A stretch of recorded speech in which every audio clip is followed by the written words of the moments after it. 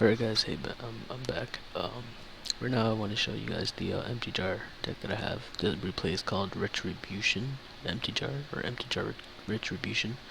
Now the purpose of this empty jar deck is to see how well it works under pressure. That means is, I pretty much slack off at first and just try to make sure that I stay alive, but I guess I took it too far. But then the table's twisted, and things went pretty bad for the guy, honestly. Now, to be honest, at first I really thought that I was playing against a Infernal Tempest deck, which is after the next deck that I show you guys, which is another replay of my empty jar deck, but another good one.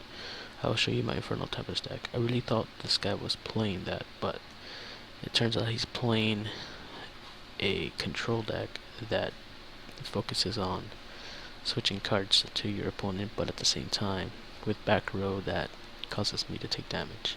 It's pretty interesting. So, of course, good things happen. I could play by his rule, you know. If he gets to give control to me, his monsters, I'll do the same thing to him. So now he's got my Morphin Jar, and I could still control the Morphin Jar because it's my turn and I can target that card specifically. Now, this is what I'm talking about. This is where I took it too far. That little bit of things that I did there kind of screwed me up. I wasn't paying so much attention. But I fixed the problem with Cyber Jar. Simple. And I have AD Changer in the graveyard. And that's how problems get fixed. There you go, Konami, banning cards that save people's life and yet people can counter, but instead you ban them. So anyways, amazingly, I cannot believe that we both at the top of our decks had 1 day of peace.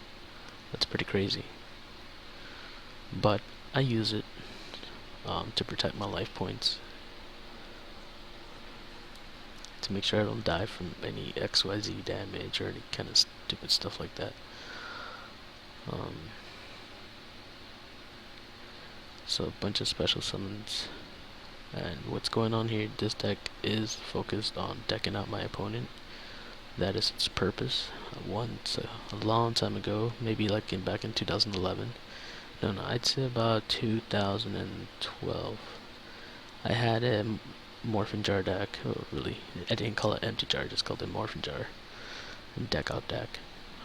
But I called it the Morphin Jar Cookie Cutter Exodia. No, it was Morphin Jar Cookie Exodia deck. Damn it, I think it was Exodia Cookie Jar deck. There you go. There you go.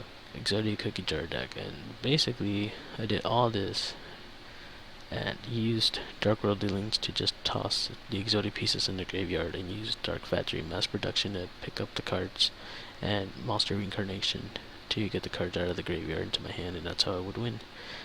Or I'd end up decking out my opponent. But you can see how powerful these, not this card on its own, it's really good, but this card can do anything but flip up and down and use that effect one time.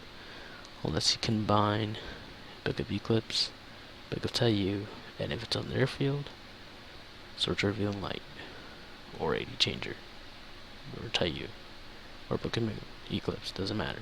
You get like 12 cards that you can use to flip this guy up and down. And you got Tsukuyomi. And you get Magician of Fate to get the spell cards out the graveyard. You even got Magical Stone Excavation to do that.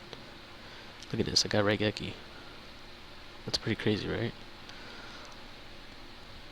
See, I could have just Raigeki the field, and after destroying all that, I could have flipped up Cyber Jar. After flipping up Cyber Jar, all this would get destroyed. This would go to the graveyard, I'd get Morphin Jar back. I'd get to set Morphin Jar face down. Or I'd just get Cyber Jar, use Magical Stone Excavation, search for the Shallow Grave, put him face down, and flip him back up. I got all kinds of way of winning with this deck. It's insane. Thanks for watching, and you'll see my Infernal Tempest deck right now. Thanks.